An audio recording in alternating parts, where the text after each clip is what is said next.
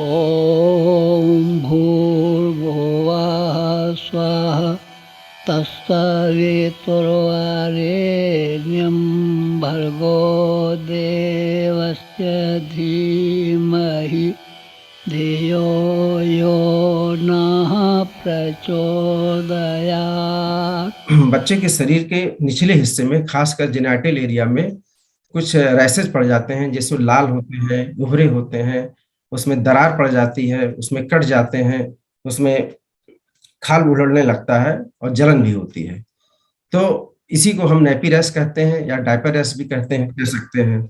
तो इसका मुख्य कारण क्या होता है कि इसमें नमी जम जाता है। जब वहां पे देर से डायपर को हटाया जाता है, इसको देर से हटाया जाए या उसको गीला रखा जाए, गंदगी रहती है तो उसमें नमी रहता है, नमी से उस पे वहां पे रैश बनता है। रैश बन क्यों बनता है? क्योंकि स्टूल में और आपके पेशाब, बच्चे के पेशाब में अमोनिया नामक एक रसायन होता है, केमिकल होता है, जो बच्चे के स्किन को डैमेज करता है। उस डैमेज होने से बच्चे को भी बताया खाल उजड़ने लगता है, लालीपन आ जाता है, जलन होता है और बच्चा जो है अनकंफर्टेबल फील करेगा, उसको पेन भी हो सकता है। नेपी रैश वाले हिस्से की त्वचा में सूजन रहती है, जैसा आपको बताया। बच्चे को अगर कभी कभी बच्चे को बहुत डायरिया भी होता है, बहुत ज्यादा डायरिया हो तो एनल एरिया जहाँ पे उसका टट्टी का रास्ता है, वहां भी लालीपन आ जाता है, सूजन आ जाता है और बच्चे को जलन होती है, पेन होता है। तो क्यों होता है? क्योंकि स्टूल एसिडिक होता है। लैक्टोज इंटॉलरेंस से कुछ बच्चों में स्टूल एसिडिक होता है, वो एसिडिक बच्चे के त्वचा को डैमेज करता है। अब बचाव क्या है इसका? बचाव ये है कि हमको नायलॉन का डायपर, नायलॉन का नैपी नहीं पहनाना चाहिए। प्लास्टिक का नैपी कुछ लोग पहनाते हैं, उसको नहीं पहनाना चाहिए। टाइट नैपी नहीं होना चाहिए। अगर हो सके तो सूती कपड़े का लंगोट अगर पहनाए तो ज्यादा बेहतर होता है। रैश वाली जगह को सूखा रखें। जहाँ रैश हो गया है उसको कपड़ा निकाल दें, उसका लंगोट निकाल दें, उसको हवा लगने दें। हवा लगेगा तो जल्दी ठीक होगा। नैपकिन का यूज कम करें, अगर बाहर ही जाना हो तब किया जाए तो अच्छा रहेगा। क्योंकि अगर टाइट रहेगा तो रगड़ रहेगा, स्किन टू स्किन, और उससे रगड़ आएगा, घर्षण होगा तो त्वचा के डैमेज होने का डर रहता है। और नहाने के एक काम और करना चाहिए कि नहाने के बाद जो फोल्ड्स होते हैं, जो एक्जिला होता है, यहाँ के भाग होता है, नीचे बटक के पास जो फोल्ड्स होता है, उसको अच्छी तरह सुखा देना चाहिए। अगर सुखा देंगे तो पानी कम हो जाए, पानी नहीं रहेगा। पानी रहने से क्या होता है कि उसमें नमी बनी रहती है और फंगल इन्फेक्शन का चांस ज्यादा रहता है। अभी तो रैश हुआ था, उससे फंगल इन्फेक्शन बढ़ जाता है तो और प्रॉब्लम क्रिएट होता है। और हो सके तो उसमें टेल्कम पाउडर जो हम लोग लगाते हैं उसका प्रयोग कम करें। खासकर एक्जिला में और क्रीजेज में टेल्कम पाउडर ना लगाएं। क्या होता है उससे? पसीने से और नमी से उसमें एक प्रकार का प्लेग बन जाता है, पपड़ी जम जाती है, तो वो नुकसानदायक होता है। तो कोशिश करें कि पाउडर का उपयोग कम करें और लगाना भी तो हल्के हाथ से लगाएं और एक्जिला में और फोल्ड्स में, क्रीजेज में ना लगाएं। तो ये होगा आपका नेपी रैश के बारे में। डायरिया से भी होता है और नैपकिन पहनाने से भी होता है। दूसरा है समस्या, अगला समस्या है सर पर सफेद क्रस्ट का जम जाना, जिससे हम लोग कहते हैं क्रैडल कैप। इसमें क्या होता है कि किन्हीं किन्हीं नवजात शिशुओं में सर पर सफेद रैसेज निकल आते हैं, जो प्लेग के समान स्केलिंग होती है, होने लगती है। और ये क्यों होता है कि रूसी, कभी कभी बच्चों में रूसी ज्यादा होता है, उसकी वजह से होता है। और ये नॉन इन्फेक्शियस होता है, कोई इन्फेक्शन नहीं है। ये रूसी की वजह से हो सकता है और कुछ गंदगी की वजह से भी हो सकता है, डस्ट की वजह से भी हो सकता है, या ज्यादातर मस्टर्ड ऑयल लगाने से भी हो जाता है। तो इसमें कोई घबराने की बात नहीं, इसकी कोई इलाज नहीं, अपने आप ये ठीक हो जाता है। पेनफुल भी नहीं होता है और खुजली भी इसमें नहीं होता, जलन भी नहीं होता है। कभी कभी ये सूखा भी रहता है और ग्रीजी भी हो सकता है। ड्यू टू पुअर हाइजीन से ये क्रेडिट क्या बन जाता है, पपड़ी, सफेद सफेद पपड़ी जम जाती है। तो कभी कभी ये भी कारण पता चला है कि एक तरह का ईस्ट होता है जिसको मलेरिया कहते हैं, उसके भी इन्फेक्शन से हो जाता है। जो सीबम होता है, जो तेल की ग्रंथियां होती हैं, उस पे ये अपना प्रभाव डाल के वहां पे ये ईस्ट, जिसे एक प्रकार का आप कह सकते हैं जीवाणु होता है, उससे भी हो सकता है। लेकिन इसका खास कारण अभी पता नहीं है। लेकिन अगले ये अपने आप 2 या 3 सप्ताह में समाप्त हो जाता है, इसमें कोई चिंता की बात नहीं, कोई ट्रीटमेंट की जरूरत नहीं है। अगर बहुत कुछ करना है तो अगर उसको फफड़ी जमाना है तो एक कोकोनट ऑयल, नारियल का तेल एक या बूंद थोड़ा सा लेके उसको हल्का से मालिश करके रगड़ के उसको हटाया जा सकता है, और कोई बाकी अपने आप ही ठीक हो जाता है, कोई चिंता की बात नहीं है।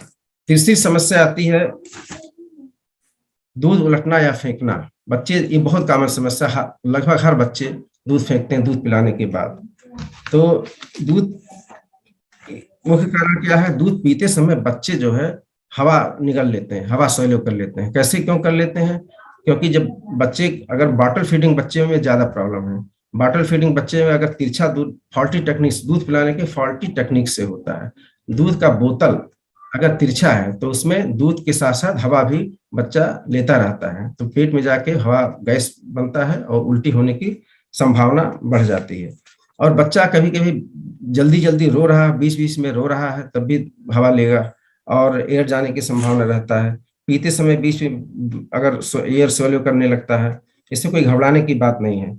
इसका मतलब ये नहीं समझना कि मेरे बच्चे में कोई बीमारी है। ये दूध फेंकना एक सामान्य प्रक्रिया है, आगे हम बताएंगे क्या नॉर्मल क्या है। बीमारी नहीं है, बच्चे के हेल्थ पर इसका कोई प्रभाव नहीं पड़ेगा। अगर बच्चे का वेट गेन नॉर्मली हो रहा है तो भी आपको हम बता दें कितना वेट कैसे कैसे होता है, तो इसमें कोई घबराने की बात नहीं। बच्चा का वेट अगर अच्छा बढ़ रहा है तो दूध फेंकने से कोई चिंता की बात नहीं है। अन्य, अगर बच्चा पेशाब कर रहा है, बच्चे का वेट बढ़ रहा है, तो समझिए ठीक है, दूध फेंकने से कोई घबराना नहीं चाहिए। उपाय भी बताएंगे क्या करना होगा। कोई अन्य कारण क्या हो सकता है कि नवजात शिशु में स्टमक और जो आहार नाल यहाँ से जाती है, आहार नाल और स्टमक के बीच में एक वाल्व होता है, जंक्शन होता है, वो बच्चे में उतना डेवलप नहीं होता है, अभी वीक होता है। तो बच्चा जब पेट में दूध जाता है तो वो खुल जाता है, और नॉर्मली क्या होता है, वाल्व जब पेट में चला जाता है तो खुलता नहीं है, तो पेट, पानी या तरल पदार्थ, फूड नीचे चला जाता है, और बच्चे में वीक होता है। तो जहां सब मूवमेंट किया तो बच्चे का वो स्टमक से, आहार नाल से मुंह के द्वारा मुंह में आएगा, मुंह से बाहर फेंक देता है। ये हल्का होता है, बहुत तेज नहीं फेंकते हैं। तो ये जब बच्चा बड़ा होने लगता है तो इस इंस्फिक्टर जो वाल्व स्ट्रांग हो जाता है, स्ट्रांग होने से वो फिर ये समस्या खत्म हो जाती है। तो अगर जैसे दूध पिलाने के बाद मूवमेंट कर रहा है तो स्टमक से, आहार नाल से होते हुए मुंह के द्वारा दूध बाहर आ जाता है, तो इसमें कोई घबराने की बात नहीं है। अभी इसका उपचार हम बताते हैं। और उपाय क्या है? ये उपाय है कि बॉटल फीडिंग जब बच्चे करते हैं तो उसमें अगर होल, जो निपल का होल है, अगर ज्यादा बड़ा होगा तो ज्यादा उसमें दूध जाएगा, उसके साथ हवा भी जाएगा। एक बोतल बोतल पिलाते समय बोतल सीधा होना चाहिए, सीधा होना चाहिए। तिरछा रहेगा तो उसमें हवा जाएगा तो बच्चा स्वेलो करेगा, उल्टी करने की संभावना रहती है।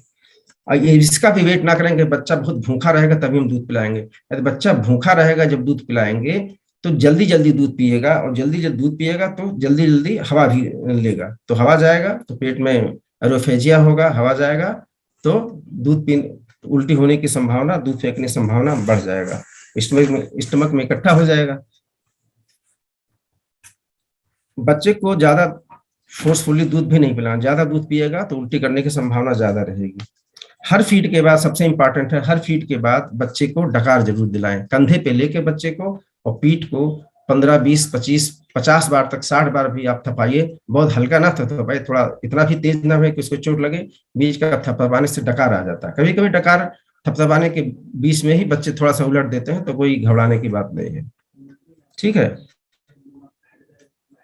अब दूध पिलाने के बाद बच्चे को तुरंत ना लेटाया जाए, उसको थोड़ा सा गोदी में रखा जाए, बच्चे अपराइट पोजीशन में रहेगा तो संभावना कम रहेगी दूध उलटने की। तुरंत ना लेटा दीजिए, गोद में रखिए उसको। और डकार दिलाना, बर्पिंग जिसे कहते हैं, करना बहुत ही जरूरी है, इससे बहुत समस्या सॉल्व हो जाती है। अब हम समझते हैं कि उल्टी क्या है। ये तो सामान्य प्रक्रिया थी, इसमें कोई घबराने की बात नहीं होती है। वोमिटिंग क्या होती है? वोमिटिंग और रिगर्जिटेशन ऑफ मिल्क में अंतर समझ लेना चाहिए। वोमिटिंग में क्या होता है, दूध जो है बच्चा फेंकता है, बहुत फोर्सफुली फेंकेगा, बहुत ज्यादा फेंकेगा और बहुत दूर तक फेंकेगा, तो इसका कुछ पैथोलॉजिकल कारण होता है, सामान्य नहीं होता है। कुछ कंडीशंस होती हैं जिसमें इसमें डॉक्टर को कंसल्ट करना चाहिए। कुछ जन्मजात बीमारियां होती है जिसे पाइलोरिक स्टेनोसिस कहते हैं। पाइलोरिक स्टेनोसिस में क्या होता है कि स्टमक और इंटेस्टाइन का जो जंक्शन होता है, यूडुनम होता है, डुडेनम कहते हैं, वहां पे एक वाल्व होता है, वहां बच्चे का ब्लॉक होता है। जो ब्लॉक हो जाएगा तो नीचे इंटेस्टाइन में मिल्क या फ्लूइड नहीं जाएगा तो इकट्ठा रहेगा और बच्चा दूध बहुत फोर्सफुली, उसको प्रोजेक्टाइल वोमिटिंग कहते हैं, तेजी से फेंकेगा, फोर्स लगा के फेंकेगा और बच्चे का वजन नहीं बढ़ेगा, बच्चा धीरे धीरे कमजोर होता जाएगा। हालांकि ये न्यूबॉर्न में नहीं होता है, ये नवजात शिशुओं में, नवजात शिशु हम ये जान लें नवजात शिशु किसे कहते हैं। नवजात शिशु कहते हैं 0 से 1 माह तक के बच्चे को नवजात शिशु कहा जाता है। जन्म से लेके 1 माह तक के बच्चे को न्यूबॉर्न, न्यूनेट या नवजात शिशु कहा जाता है। तो नवजात ये बाद में डेवलप होता है, ये दूध फेंकने वाली प्रक्रिया। और भी कुछ चीजें हैं, जैसे अगर बच्चे में मेनिंजाइटिस हो गया है, ब्रेन का इन्फेक्शन है, तब भी दूध उल्टी होती है, तेज उल्टी होती है। अगर इंट्राक्रेनियल हेमरेज हो रहा है, ब्रेन में अगर कहीं ब्लीडिंग हो रही है, तब भी दूध फेंकने उल्टी होने की संभावना रहती है। अन्य कोई इन्फेक्शन है, सामान्य इन्फेक्शन में भी उल्टी होता है। बुखार है, तब भी उल्टी होने की संभावना रहेगी। बर्थ एस्फेक्सिया है, जैसे कि बर्थ एस्फेक्सिया कहते हैं जब बच्चा जन्म लेता है, बच्चा सांस ना ले, देर से रोए, तो ब्रेन में ऑक्सीजन की कमी हो जाती है, उसकी वजह से भी उल्टी होने की संभावना रहती है। तो ये सब अंतर समझ लेना चाहिए, उल्टी क्या है और रिगर्जिटेशन ऑफ मिल्क क्या है। रिगर्जिटेशन मिल्क एक सामान्य प्रक्रिया है, इसमें कोई घबराने की बात नहीं। फिर भी अगर उल्टी रिगर्जिटेशन बहुत ज्यादा हो रहा है तो बाल लोग विशेषज्ञ डॉक्टर को कंसल्ट करके कुछ दवाएं छोटी मोटी दी जाती हैं, उससे ठीक हो जाता है। लेकिन सबसे जरूरी है बर्पिंग कराना, और जो उपाय बताए गए हैं वो को ध्यान रखते हुए तो कम हो जाएगा समस्या। बर्पिंग से ही सबसे अच्छी फायदा होता है, और बच्चे को सीधा दूध पिलाने के बाद लेटाए नहीं, तो थोड़ी देर गोद में रखे रहें तो ठीक रहेगा। अब अगली समस्या है डायरिया की। डायरिया भी 2 तरह के होता है, एक हम जानेंगे नॉर्मल डायरिया है, एक एबनॉर्मल डायरिया है। तो बच्चे जब पैदा होता है तो शुरू के 3-4 दिनों तक लैट्रिन आपने देखा होगा, स्टूल काला और हल्का हरा लिए होता है, बाद में चिपचिपा भी होता है, और 4-5 दिन के बाद ये पीला हो जाता है, नॉर्मल स्टूल आने लगता है। जो बच्चे माँ का दूध पीते हैं उसमें 8 से 10 बार लैक्टिन होने की संभावना रहती है। ठीक है, तो ये नॉर्मल प्रक्रिया है। 8-10 बार टट्टी हो तो इसको डायरिया नहीं कहा जाएगा। टट्टी थोड़ा थोड़ा होता है, हर फीड के बाद बच्चा थोड़ा सा टट्टी कर देता है, और ये थोड़ा लूज होता है, बहुत पानी जा भी नहीं होता, लेकिन थोड़ा सा होता है। 8-10 बार तक होता है, नॉर्मल है, तो इसको घबराना नहीं चाहिए, कोई चिंता की बात नहीं है। बच्चा अगर पेशाब कर रहा है 8 से 10 बार तक, वेट गेन कर रहा है, तो उससे मतलब वो बच्चा, इससे कोई डायरिया इसको नहीं कहेंगे। और अगर यूरिन पास कर रहा हो ठीक से, बच्चा एक्टिव हो, प्लेफुल हो, तो ये नॉर्मल है। अब नॉर्मल क्या होता है, यदि बच्चे का स्टूल बहुत वाटरी हो, 12-15 बार हो, और उसमें म्यूकस हो, उसमें ब्लड हो, फीवर के साथ हो, बच्चा चिड़चिड़ा हो, पेशाब कम कर रहा हो, जैसे डिहाइड्रेशन के साइंस आने लगे, होंठ सूख रहे हो, तब इसको हम कहते हैं डायरिया। इसमें उपचार की आवश्यकता होती है। तो घर का उपचार क्या है, घर के उपचार में सबसे पहले ORS का घोल दिया जाता है। ORS घोल सब लोग आप जानते ही होंगे, इसको देना शुरू कर देना चाहिए। अगर ज्यादा प्रॉब्लम हो रही है, पेशाब कम हो रहा है, तो हॉस्पिटलाइज करा के उसको फ्लूइड भी चढ़ाया जाता है। डॉक्टर से जरूर कंसल्ट करना चाहिए। ये अबनॉर्मल डायरिया है। और जो डायरिया 8-10 बार बच्चे टट्टी करते हैं, दैट इज नॉर्मल डायरिया, उसमें किसी ट्रीटमेंट की आवश्यकता नहीं होती है। तो डायरिया और 2 तरह का होता है, ज्यादातर न्यू बॉर्न में 8-10 बार टट्टी करते हैं, इसकी आप चिंता बिल्कुल ना कीजिए, नॉर्मल है। और इसमें क्या करेंगे, माँ का दूध पिलाते रहेंगे, डायरिया अगर हो रहा है ORS देंगे। और ज्यादातर लोग जब डायरिया होता है बच्चे को फ्रूट जूस दे देते हैं, ग्लूकोज वाटर देते हैं, इसको अवॉइड करना चाहिए, इससे और बढ़ जाता है। फ्रूट जूस, ग्लूकोज वाटर, ये सब नहीं देना चाहिए, केवल ORS का घोल देना चाहिए, और डॉक्टर से कंसल्ट कर लेना चाहिए। और भी कुछ दवाएं देते हैं, अगर बहुत जरूरी हुआ तो हॉस्पिटलाइज करके फ्लूइड चढ़ाया जाता है। अधिक लूज मोशन होने के अन्य भी कारण हो सकते हैं। अगर लूज हो रहा है, इन्फेक्शन के अलावा और भी कारण हो सकते हैं। यदि दूध पिलाने वाली माँ कुछ ऐसी दवाइयां खा रही हैं, जैसे अमॉक्सिसिलिन हुआ, क्लोरोफेनिकॉल हुआ, टेट्रासाइक्लिन हुआ, ये सब दवाएं खाने से भी बच्चे को लूज मोशन होने की संभावना रहती है। और ऐसा आहार माँ ले रही हो जिसमें ऑर्गेनिक एसिड ज्यादा हो, जैसे संतरे हैं, चेरी है, टमाटर है, चिलीज है, इसके खाने से ज्यादा खा रही हैं, तो बच्चे में लूज मोशन की संभावना देखा गया है। यदि बच्चे के दूध में शुगर ज्यादा है, तब भी जो है लूज मोशन की संभावना, डायरिया नहीं कहेंगे, लूज मोशन ज्यादा होने लगेगा, उसको डायरिया नहीं कहा जाएगा, क्योंकि इन्फेक्शन इसमें इफेक्टिव नहीं होता है। ग्लूकोज वाटर ज्यादा ले रहा हो, शहद ज्यादा ले रहा हो, तो लूज स्टूल की संभावना रहती है। इन कंडीशन बच्चे को स्टूल फ्रीक्वेंसी बढ़ जाएगा और स्टूल लूज रहेगा। अगर इन कंडीशन में माँ को अगर कुछ दवाएं ले रही हो, कुछ ऑर्गेनिक एसिड वाले फल ले रहे हो, और बच्चे के दूध में शुगर या ग्लूकोज की मात्रा ज्यादा हो तो ये हो गया डायरिया के बारे में। अब आता है कॉन्स्टिपेशन, कब्जियत। ये भी बहुत बड़ी समस्या है, ज्यादा समस्या नहीं, कुछ कुछ बच्चों में समस्या होती है। तो कॉन्स्टिपेशन किसे कहते हैं? जब बच्चे का स्टूल फर्म हो, हार्ड हो, लंपी हो, मतलब कड़ा हो, एकदम ढीले के आकार के हो, तब उसे हम कहेंगे कॉन्स्टिपेशन। और माँ के कभी जो बच्चे माँ का दूध पीते हैं या सामान्य बच्चे भी कभी कभी 3-4 दिन तक स्टूल पास नहीं करते हैं, तो इसका मतलब नहीं, इसको कब्ज नहीं कहेंगे। 3-4 दिन बाद जब टट्टी करेंगे तो वो सॉफ्ट रहेगा और पेनलेस रहेगा, तो ये नॉर्मल है, इसमें कुछ घबराने की बात नहीं है। और जो कॉन्स्टिपेशन वाले बच्चे होते हैं जिसमें कड़ा टट्टी होता है, वो पेनफुल होता है, तो वो है कॉन्स्टिपेशन। और जो दूध पीने वाले बच्चे होते हैं, माँ का बोतल से दूध पीते हैं, उनका लैक्टिन का रंग कभी कभी हरा भी होता है, तो ये नॉर्मल प्रक्रिया है। अब इसका बचाव क्या करेंगे?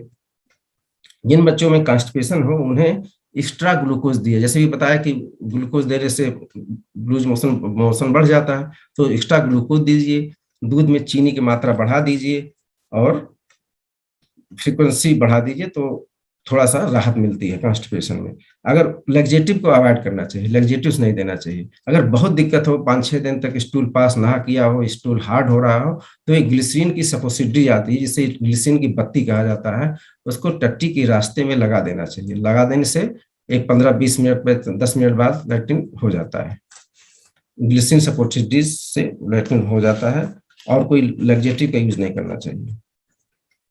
अगला समस्या है जॉन्डिस की। ये भी बहुत बड़ी प्रॉब्लम रहती है, जो भी सामान्य प्रक्रिया है। ज्यादातर 2/3 जो टर्म बेबीज होते हैं इसमें पीलिया होता है। पीलिया क्या होता है? स्किन जो है थोड़ा सा पीला हो जाता है। सबसे पहले ये फेस पे स्टार्ट होता है, फिर ट्रंक पे आता है, नीचे आता है, फिर पैरों की तरफ बढ़ता है। ये दूसरे तीसरे दिन स्टार्ट होता है। चौथे और 5वें दिन ये पीक पे रहता है। 10वें दिन से ये 7वें से 10वें दिन तक घटते घटते 15 दिन में एकदम समाप्त हो जाता है। तो ये इसको कहते हैं फिजियोलॉजिकल जॉन्डिस। ये ऑलमोस्ट 2/3 बेबीज में होता है। इसमें कोई ट्रीटमेंट की आवश्यकता नहीं है, स्वतः ठीक हो जाता है। माँ अपना दूध पिलाती रहे, कोई इसकी ट्रीटमेंट की आवश्यकता नहीं होती है। अब एक होता है पैथोलॉजिकल जॉन्डिस। अगर जॉन्डिस जन्म के तुरंत बाद डेवलप हो जाए, 24 घंटे के अंदर डेवलप हो जाए, जॉन्डिस बहुत गहरा हो, डीप हो, और ये 15 दिन के बाद ही परसिस्ट करे, तो इसको कहते हैं पैथोलॉजिकल जॉन्डिस। ये ब्लड ग्रुप के आरएच, माँ और बच्चे का आरएच फैक्टर अगर मिल नहीं रहा है तो भी ये संभावना होती है, और भी संभावनाएं होती हैं डीप जॉन्डिस के। तो पैथोलॉजिकल जॉन्डिस है, उसमें डॉक्टर से, पीडियाट्रिशियन जरूर कंसल्ट करें। उसमें फोटोथेरेपी दी जाती है, अगर और भी कुछ जांचें कराई जाती हैं तो ठीक है। तो फिजियोलॉजिकल जॉन्डिस और पैथोलॉजिकल जॉन्डिस अलग अलग है। लगभग 2/3 बच्चे में होता है।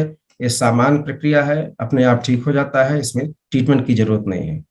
ठीक है, इसको जॉन्डिस के बारे में कोई उपचार इसमें नहीं करना चाहिए। अब एक कभी कभी बच्चे हिचकी बहुत ज्यादा लेते हैं, हिकअप्स कहते हैं। हिचकी लेना एक सामान्य प्रक्रिया है, कोई इसमें घबराने की बात नहीं है। क्या होता है, जब बच्चा दूध पीता है, जो एब्डोमेन में प्रेशर पड़ता है, एक डायफ्राम होता है जो हमारे इस पार्ट, थोरैक्स पार्ट को, एब्डोमिनल पार्ट को डिवाइड करता है, डायफ्राम कहते हैं, एक मस्कुलर ऑर्गन है।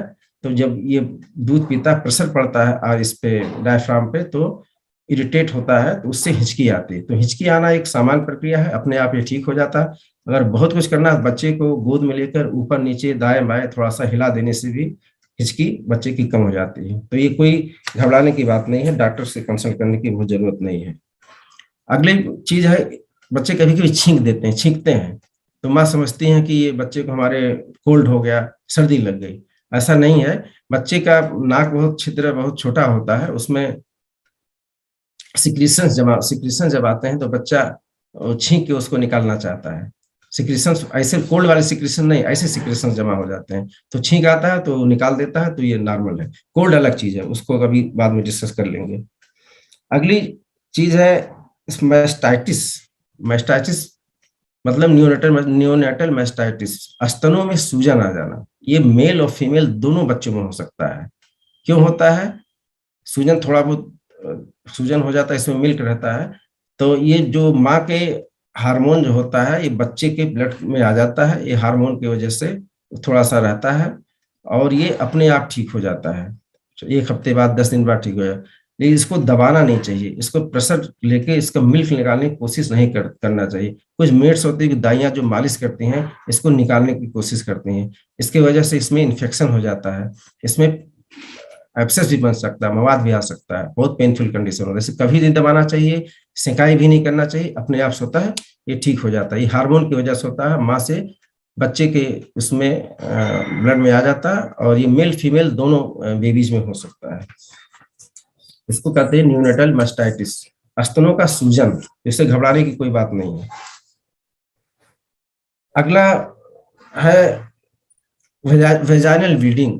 ये फीमेल गर्ल्स में, बेबीज में, नवजात शिशु में, फीमेल्स बेबी में होता है। वेजाइना से ब्लीडिंग हो सकता है, ये नॉर्मल प्रक्रिया है। ये भी ड्यू टू हार्मोन के वजह से होता है।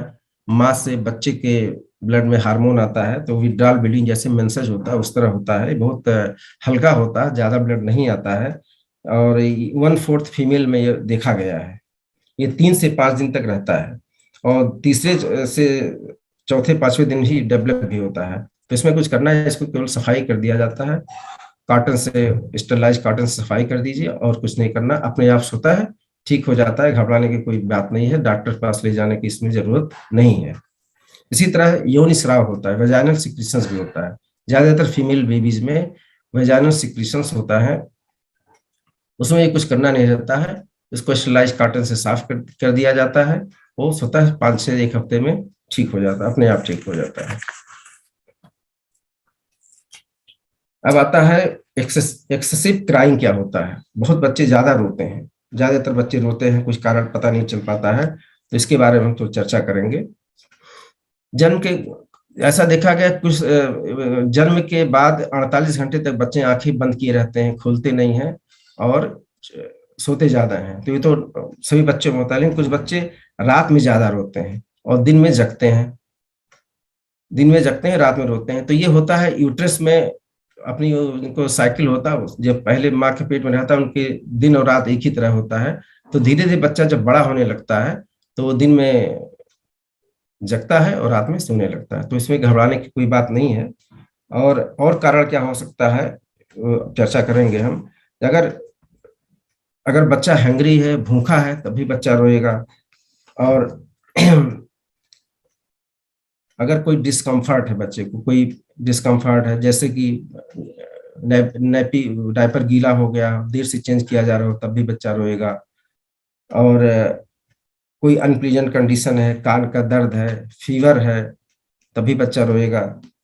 और यूरिन करते समय भी बच्चे रोते हैं, उसके सेंसेशन, ब्लैडर फुल हो जाता है, तो सेंसेशन, अनप्लीजेंट सेंसेशन होता है, बच्चे रोते हैं। और दूध यूरिन पास करने के बाद बच्चा शांत हो जाता है, उसके पहले भी रोते हैं, जब भरा रहता ब्लैडर तब भी रोते हैं। गीला हो गया है बिस्तर तब भी रोएंगे, ज्यादा टेम्परेचर है, वातावरण का टेम्परेचर, कमरे टेम्परेचर ज्यादा, तब भी रोएंगे। बहुत टेम्परेचर कम है तब भी रोएंगे, उस पर भी चर्चा करेंगे, हाइपोथर्मिया के बारे में आगे चल के। कान में दर्द है, और भी कोई इस तरह का फीवर वगैरह हो, पेनफुल कंडीशन हो, तो बच्चे ज्यादा रोते हैं। अब इसका उपाय क्या है? कोलिक पेन भी होता है, बच्चों में पेट में गैस भी बन जाता है, उसके वजह से भी होता है। तो इसमें क्या करना, बच्चे अगर कोलिक हो रहा है, कोलिक पेन हो रहा है, पेट में जैसे गैस हो जाता है, बच्चे को उल्टा लेटा देना चाहिए। पेट के बल लेटाने से थोड़ा सा गैस निकल जाता है, ऊपर नीचे से पास हो जाता है, तो इसका पेन कम हो जाता है।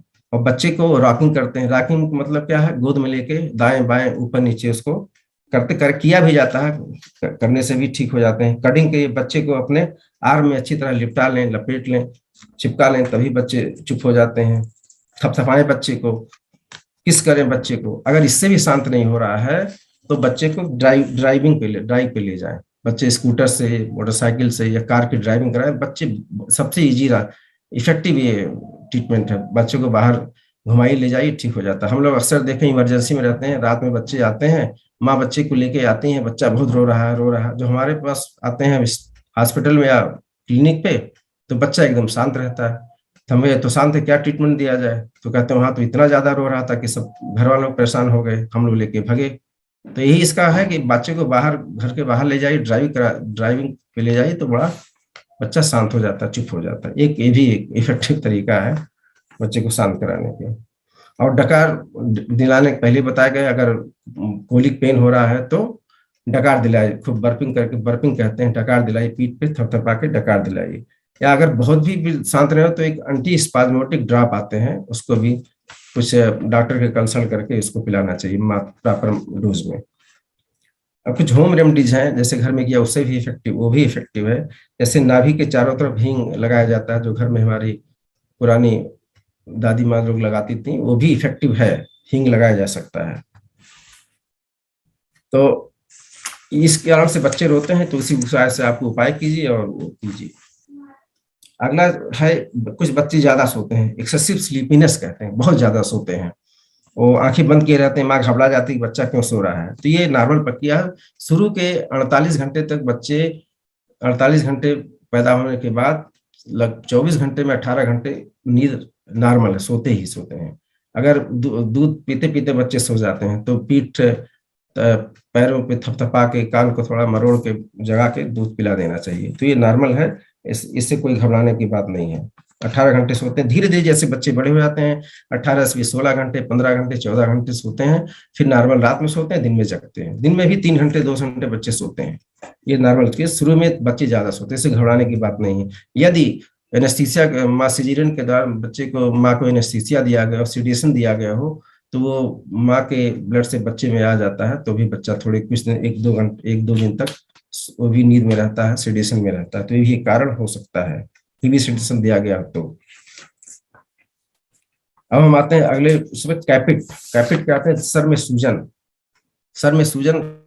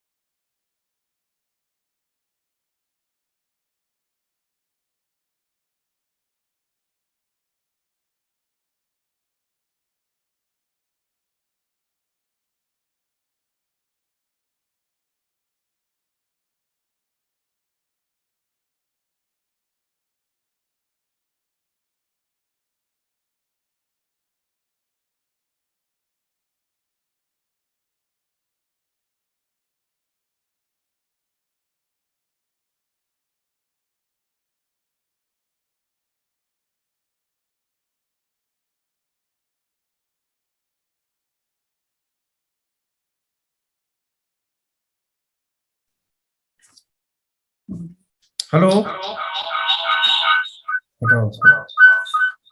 हेलो।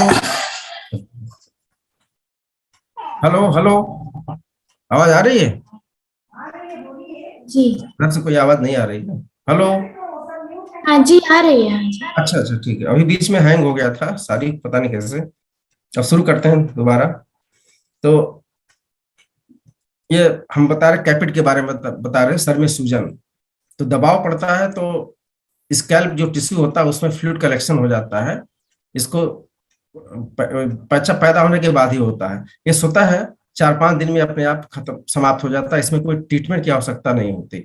ये इसमें दबाने से गड्ढा पड़ जाता है, इसको अगर इस पे दबाएंगे तो हल्का सा गड्ढा पड़ेगा, तो इसको कहते हैं कैपिट कहते हैं।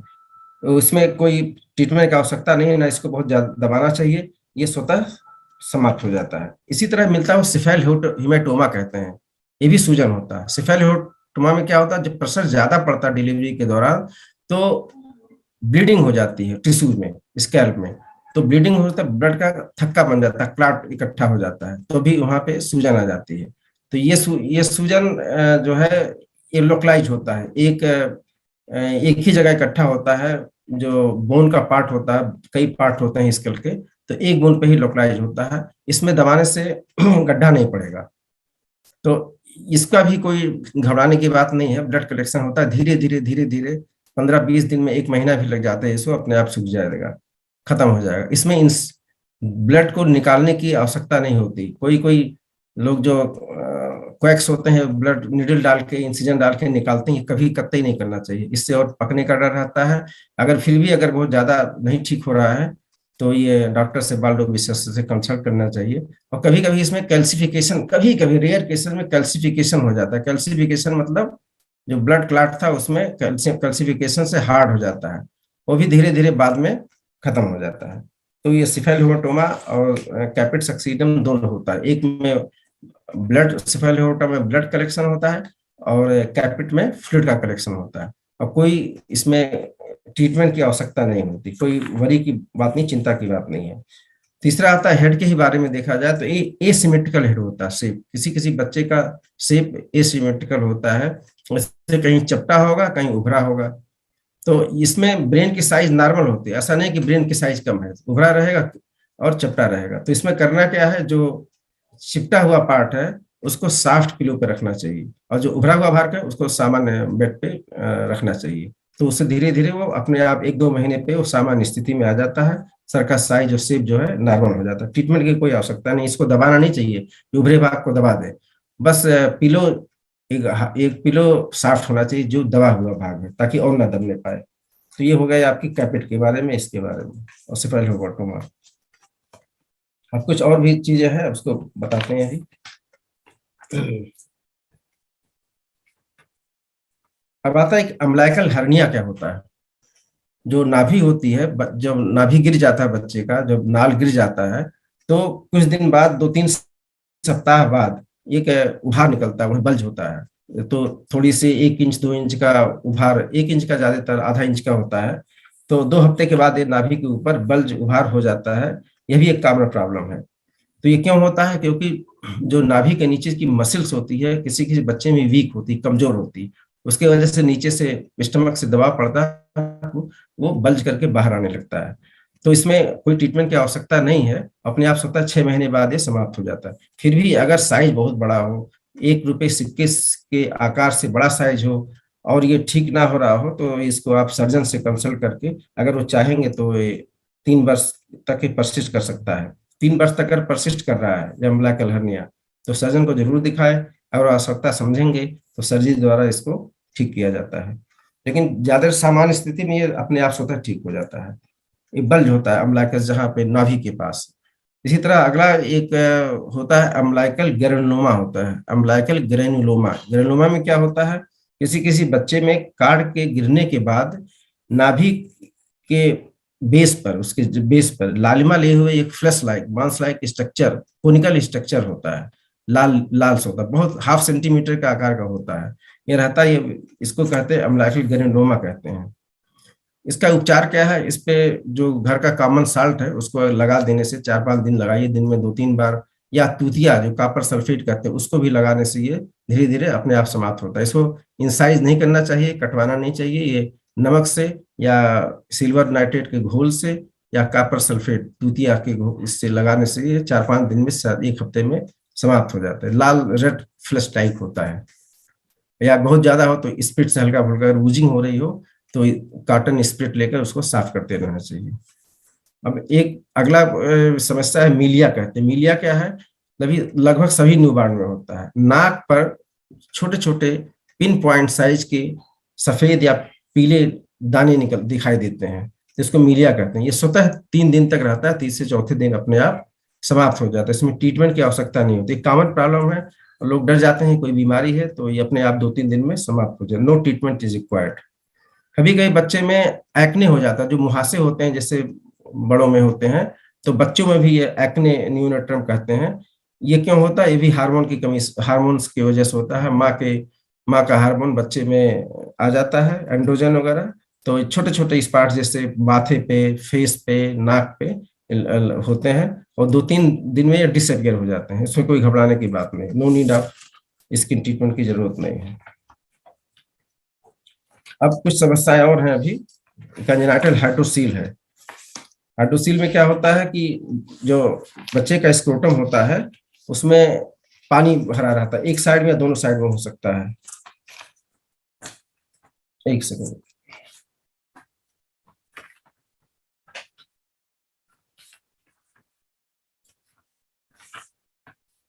पानी भर जाता है तो वो अपने आप सोता है, 2-3 महीने में अपने आप ठीक हो जाता है। इसमें कोई घबराने की बात नहीं है। अगर बहुत ज्यादा परसिस्ट करता है 6 महीने, तो फिर सर्जन को या डॉक्टर को दिखाना चाहिए।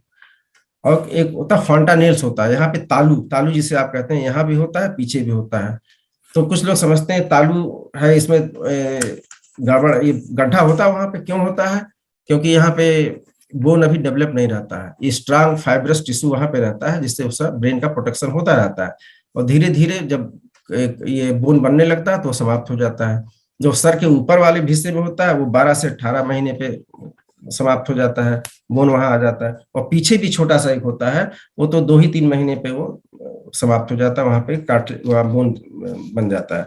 कुछ कुछ लोग इस पे कुछ औषधियां रखते हैं, गंदा पदार्थ रखते हैं इसके ऊपर की, उसको नहीं रखना चाहिए, पपड़ी जम जाता है, इसको अवॉइड करना चाहिए। ये नॉर्मल प्रक्रिया है, तो एंटीरियर फॉन्टानेल्स में कुछ समस्या नहीं होती है। और कभी कभी एक्सेसिव वाटरिंग होता है, आंख से पानी बच्चों को बहुत आता है, किसी किसी बच्चों में, 4 आंखों से।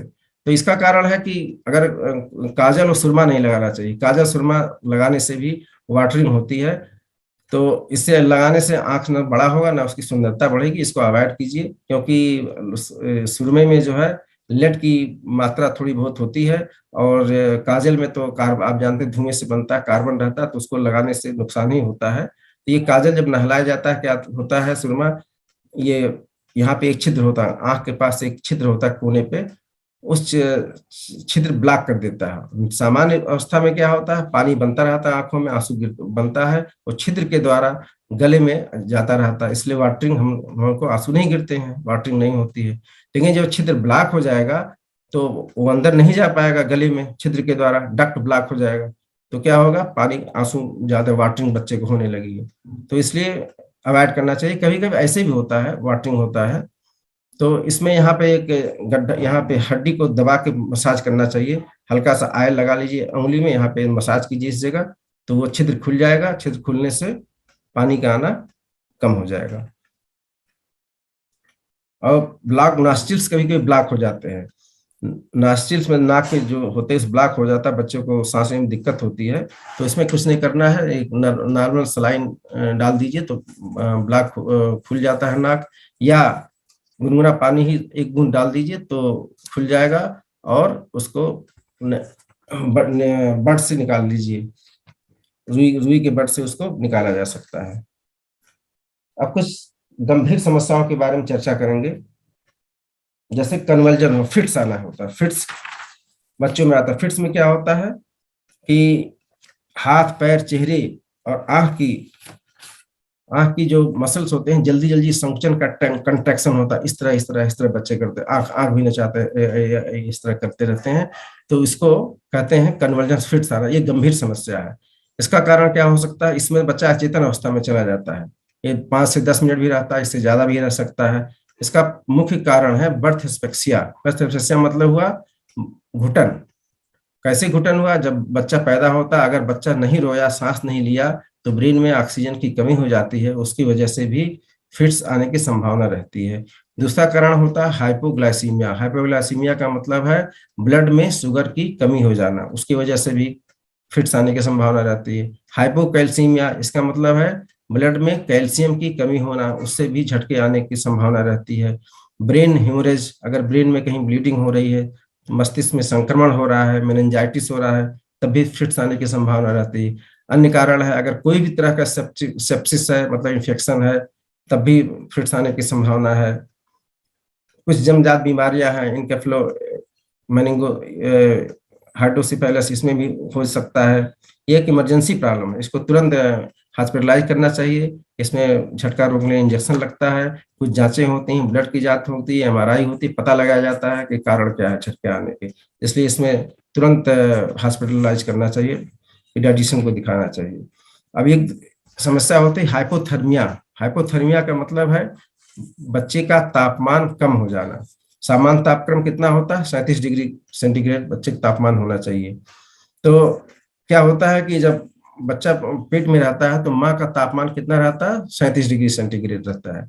जाड़े में जब अधिक ठंडक होती है, इस महीने नवंबर से दिसंबर, जनवरी, फरवरी में तापक्रम जब वातावरण का, कमरे का 8 डिग्री, 5 डिग्री, 12, 15 रहता है, तो क्या होता है, सडन 37 डिग्री से बच्चा लो टेम्परेचर में आता है, तो उससे तापक्रम बहुत कम हो जाता है, उसमें ठंडक लगने की संभावना रहती है, इसको हाइपोथर्मिया कहते हैं। तो इसका बचाव कैसे किया जाए? बचाव इसमें क्या होगा? अगर हाइपोथर्मिया हो जाएगी, बच्चे को लक्षण क्या रहेंगे? तापमान छुएंगे, बहुत ठंडा रहेगा बच्चा, और सुस्त रहेगा, फीड नहीं करेगा, और झटके भी आ सकती, संभावना हो सकती है। मेन चीज तो शरीर ठंडा रहेगा, रिफ्यूजल टू फीड, और सुस्त रहेगा। तो इसको बचाव कैसे किया जाए? सबसे पहला बचाव लेबर रूम से हम शुरू करते हैं। लेबर रूम का अगर एसी वगैरह चलता है तो एसी बंद कर देना चाहिए। अगर हवा के झोंके आ रहे हैं, खिड़कियां बंद कर देनी चाहिए, फैन बंद कर देना चाहिए। कमरे का टेम्परेचर सामान्यतः 28 से 32 डिग्री सेंटीग्रेड रखना चाहिए। और बच्चा जब पैदा होता है तो उसको, जो उसका द्रव होता है, लिक्विड होता है, उसको पहले से गर्म किए हुए कपड़े से लपेट के उसको सुखा देना चाहिए, उस कपड़े को हटा देना चाहिए। फिर दूसरे गर्म कपड़े से उसको लपेट लेना चाहिए, फिर उसकी और भी साफ सफाई करनी चाहिए। कभी कभी नए वार्ड आया जो है, ट्रे, खाली ट्रे भी ले लेती हैं, उसमें कपड़ा भी नहीं बिछाए जाते हैं, तो कपड़ा बिछा के ही लेना चाहिए। अगर ट्रे में डायरेक्ट लिया जाएगा, लोहे का होता है, उससे तापक्रम बच्चे का कम हो जाएगा। और बताया कि टेम्परेचर कमरे का रखने के 32 डिग्री, 28 से 32 रखने के लिए आप ब्लोअर भी का यूज कर सकते हैं। डायरेक्ट बच्चे के सामने नहीं करना चाहिए, मतलब किसी तरह से टेम्परेचर कमरे का 32 डिग्री रखना चाहिए। एसी वगैरह बंद कर देना चाहिए। एसी चलाना भी गर्मियों में तो 28 डिग्री पे रखें, 27, 28 पे रखें गर्मियों में, जब गर्मियों में, तो इस तरह से इसका खतरा कम रहेगा। और ये भी बहुत इंपॉर्टेंट है, बच्चे बहुत ठंड से परेशान हो जाते हैं और ये ठंड लगने की संभावना रहती है। खासकर प्री मैच्योर बच्चे में और संभावना रहती है। बच्चों में थर्मल रेगुलेशन जो होता है ब्रेन में, वो डेवलप नहीं होता, कम होता है, तो बच्चे अपना तापक्रम ना घटा पाते हैं ना बढ़ा पाते हैं, इसलिए ठंडक की संभावना ज्यादा आती है। ब्राउन फैट प्री मैच्योर, हम लोग में ब्राउन फैट होता है, उनमें ब्राउन फैट नहीं होता। ब्राउन फैट का क्या काम है? टेम्परेचर को रेगुलेट कर लेते हैं, टेम्परेचर बढ़ा देते हैं, तो बच्चे में रहता नहीं ब्राउन फैट, ना थर्मल रेगुलेटरी मैकेनिज्म होता है ब्रेन में, तो उसकी वजह से बड़ा खतरा रहता है ठंड लगने का। हम लोग तो अपना कांप के और कुछ कारण से अपने ठंड को सही कर लेते हैं।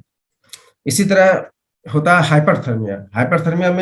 हाइपोथर्मिया में तो कम हो जाता है। हाइपरथर्मिया टेम्परेचर गर्मियों में 40 से 45, 46 डिग्री सेंटीग्रेड होता है, तो बच्चे गर्म हो जाते हैं, तापक्रम 39 डिग्री सेंटीग्रेड, 40 डिग्री सेंटीग्रेड हो जाता है।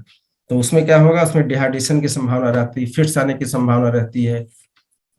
तो इसका उपाय वही है, बच्चे को एसी में रखिए, फैन ऑन कर दीजिए, कपड़ा बच्चे का उतार के ठंडा कर दीजिए, स्पंजिंग कर दीजिए, तो तापक्रम सही हो जाएगा। पैरासीटामोल से इसमें बहुत फायदा नहीं होता है, टेम्परेचर ही, रूम के टेम्परेचर को कम करना पड़ेगा।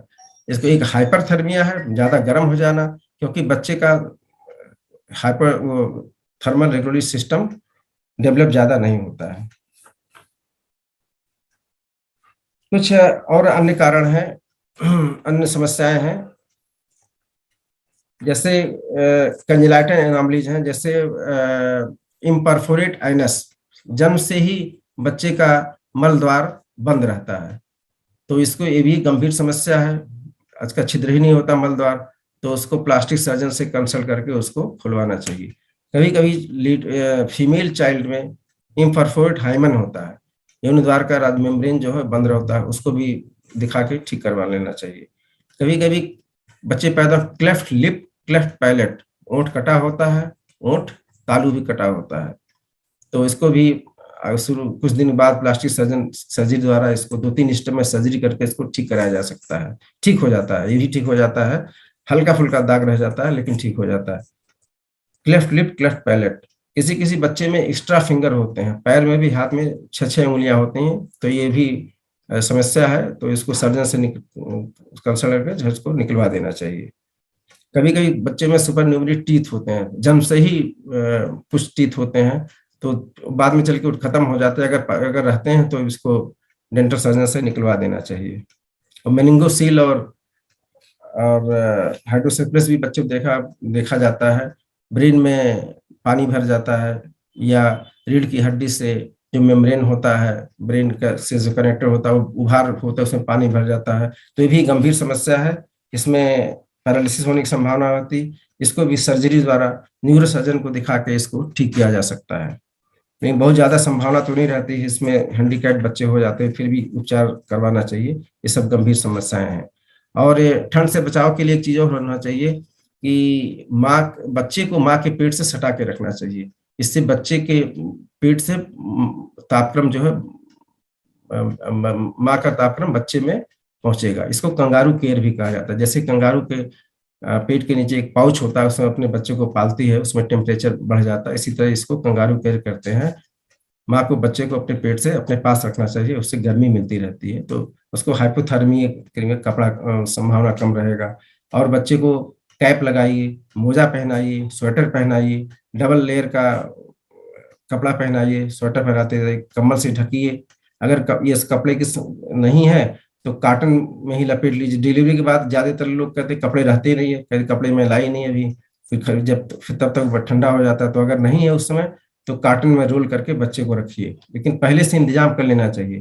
पुराने कपड़े जैसे भी कपड़े हों, बच्चे के लिए कपड़े इकट्ठा पहना कर, खासकर ठंडियों में दिक्कत होती है, गर्मियों में कोई दिक्कत नहीं, ठंडियों में बहुत दिक्कत होती है, लोग कपड़े लाते नहीं है, तो ठंड से लगने की संभावना रहती है। अब बहुत ज्यादा क्या कहते हैं भी नहीं करना चाहिए कि ज्यादा बहुत ज्यादा ढके रहे, उससे बच्चा अनकंफर्टेबल फील करेगा, बहुत प्रॉब्लम होगी उसको। बहुत ज्यादा भी ढकना नहीं चाहिए, बहुत ज्यादा 3-4 लेयर का स्वेटर और कपड़े नहीं पहनाना चाहिए। बस हाँ, कान ढका हो, कैप लगा हो, मोजे पहने हो, उससे ठीक रहता है। और कुछ समस्याएं हैं कि आते हैं कि बच्चे को कब दूध पिलाना चाहिए, कब से शुरू करना है, तो बताया गया है कि बच्चे को पैदा होने के बाद बच्चे को माँ के दूध के अलावा कुछ भी नहीं देना चाहिए। सब लोग, आप लोग कई बार सुन चुके होंगे। तो 6 महीने के बाद बच्चे को पानी देना चाहिए, ठीक है। उसके पहले शहद भी नहीं दीजिए, घुट्टी भी नहीं देना चाहिए, फलों का रस न दीजिए, चाय न दीजिए। कुछ लोग सौंफ पानी देते हैं और चाय भी पिला देते हैं, गुड़ का पानी पिला देते हैं, ये सब अवॉइड करना चाहिए। तो ब्रेस्ट फीडिंग में इसको डिटेल में बताया जा चुका होगा, अब फिर बताया जाएगा। इसके अलावा कुछ और भी समस्याएं हैं, जैसे बच्चे को जुकाम हो जाता है। तो जुकाम क्यों होता है? ये जब ठंड ज्यादा बढ़ता है तो कुछ वायरस ऐसे होते हैं जो एक्टिव हो जाते हैं, तो बच्चे को इन्फेक्शन करते हैं। तो इसमें बच्चे की पसली भी चलने लगती है। तो ठंड से ही बचाव करना है ज्यादा तो हो सके, और बचाव अगर पसली चलने लगी तो भाई आप पीडियाट्रिशियन को दिखाना ही पड़ेगा, अपने से इलाज इसका नहीं हो पाएगा। अगर नाक ब्लॉक है तो उसमें आप सलाइन नेजल ड्रॉप डाल दीजिए, नाक खुल जाता है। सर्दी अगर नाक बह रहा है तो कुछ ऐसे ड्रॉप आते हैं जो जिसके देने से सर्दी नाक बहना कुछ कम हो जाता है। लेकिन ये तो पीडियाट्रिशियन ही देख के बताएगा किस उम्र के बच्चे में, किस वजन के बच्चे में कितनी मात्रा में दिया जाए, इसको डॉक्टर से कंसल्ट करना ही पड़ेगा। कभी कभी बच्चे के जीभ पे दाने भी हो जाते हैं, सफेद सफेद छाले पड़ जाते हैं, तो ये एक फंगल इन्फेक्शन है। ये नहीं समझना चाहिए कि ये दूध जमा है। दूध जमा होना फंगल इन्फेक्शन में अंतर है। बच्चा दूध नहीं पी पाएगा, ये फंगल इन्फेक्शन है, इसमें दवाई लगाई जाती है, कैंडिड माउथ पेंट लगाया जाता है, तो उससे ठीक हो जाता है। और कभी कभी लाल छाले होते हैं और सफेद छाले भी होते हैं, तो ये देखना पड़ेगा कि ये फंगल इन्फेक्शन है कि बैक्टीरियल इन्फेक्शन है, तो दोनों का ट्रीटमेंट अलग अलग है, इसलिए डॉक्टर के पास, पीडियाट्रिशियन के पास जाना चाहिए। और कभी कभी ये तालू के ऊपर कुछ स्प्टीन पर्ल कहते हैं, छोटे छोटे 3-4 दाने होते हैं तालू के ऊपर, जन्म के तुरंत बाद दिखाई देते हैं, शाइनी होते हैं, चमकते हुए 3-4 पर्ल के तरह छोटे छोटे दाने होते हैं जो तालू के ऊपर होते हैं, जो बाद में समाप्त हो जाए, 4-5 दिन में स्वतः समाप्त हो जाते हैं, कोई इसमें घबराने की बात नहीं है। एक समस्या और होती है टंग टाई। बच्चे का टंग जो है तालू पे एक मेम्ब्रेन द्वारा चिपका होता है, टाई होता है, चिपका होता है, तो ये भी सामान्य समस्या है, कोई घबराने की बात नहीं है। बच्चा अगर जीभ बाहर पूरा निकाल रहा है तो इसमें कुछ करने की जरूरत नहीं है। कुछ लोग सोचते हैं कि इससे बच्चा बोलने में दिक्कत आएगी, स्पीच में प्रॉब्लम आएगा, ऐसा कुछ नहीं है। अगर जीभ इतना ज्यादा तालू सटा हुआ है कि जीभ बाहर नहीं निकल पा रहा है तो ये इसको कटवाना पड़ेगा, तो उसको सर्जन के द्वारा या कोई इसको काट देगा। लेकिन अगर जीभ बाहर निकल रहा है तो ये सामान्य प्रक्रिया, कुछ नहीं करना है। एक समस्या आती है ये प्रीफ्यूज जो होता है, बच्चे का पेनिस के ऊपर जो फोर स्किन होता है चिपका होता है, तो शुरू में तो चिपका रहेगा ही, तो कुछ लोग इसको पीछे सरकाने की कोशिश करते हैं, सरकेगा नहीं, पीछे नहीं जाएगा। ये इसमें फोर्सफुल लेके इसको नहीं करना चाहिए, ब्लीडिंग की संभावना रहती। 2 साल के बाद इसको धीरे धीरे पीछे करना चाहिए, बहुत फोर्स ना लगाएं। 5 साल तक ये अपने आप पीछे चला जाएगा। अगर 5 साल के बाद भी नहीं जाता है और पेशाब करने में प्रॉब्लम होती है, पेशाब करने में प्रीफ्यूज के गुब्बारे की तरह फूल जाता है, तब आपको डॉक्टर से कंसल्ट करना पड़ेगा। तो ये भी समस्या होती है कि पीछे नहीं जा रहा, पेनिस का पार्ट पीछे नहीं जा रहा, तो ये अपने से बहुत कोशिश करना चाहिए, बहुत फोर्सफुली, बहुत ताकत लगा के नहीं करना चाहिए, तो ब्लीडिंग हो जाती है। 5 साल तक इसको वेट कीजिए। 5 साल तक अगर नहीं ठीक होता है तो सर्जन से कंसल्ट करके इसको खुलवाया जाता है। कोई जरूरी नहीं कि पूरा कटवाया जाए, सर्जरी बहुत माइनर फोर्सेप्स से लेके इसको चिपके को उसको ठीक किया जा सकता है। अगर यूरिनेशन में प्रॉब्लम हो, गुब्बारे की तरह फूल रहा है, तब इसमें समस्या आती है। बाकी तो 2 साल 3 साल तक हल्का हल्का हल्के हाथ से इसको पीछे करना चाहिए। और कुछ क्वेश्चन कभी कभी आते हैं कि कौन सा दूध पिलाया जाए, गाय का दूध पिलाया जाए कि भैंस का दूध पिलाया जाए या डिब्बे का दूध पिलाया जाए। सबसे अच्छा है तो केवल माँ का दूध पिलाया जाए, बताया गया है माँ का दूध सर्वोत्तम है, इसमें बड़े फायदे हैं, एंटी इन्फेक्टिव फैक्टर्स होते हैं, तो माँ पाठशाला में ब्रेस्ट फीडिंग वाले में बताया गया है। लेकिन अगर बहुत समस्या आ गई कि दूध नहीं हो रहा है या माँ एक्सपायर कर गई है, तो कौन सा दूध पिलाया जाए, तो इसका ये तरीका, अगर कोई अफोर्ड कर सकता है, पैसे हैं, तो उसको डिब्बे का दूध पिलाना चाहिए, क्योंकि डिब्बे का दूध जो बनाया जाता है वो माँ के दूध से मिलता जुलता, लगभग, एकदम तो नहीं मिलेगा लेकिन लगभग मिलता जुलता है। तो उसमें नंबर होता है, लैक्टोजन आता है, नेस्टोजन आता है और नैन करके आता है। 6 महीने तक नंबर 1 दिया जाता है, आज सभी लोग जानते हैं, और 6 महीने के बाद नंबर 2 दिया जाता है। लेकिन अगर खर्चा ज्यादा आ रहा है, बहुत पुअर है, तो भी गाय भैंस का भी दूध दिया जा सकता है।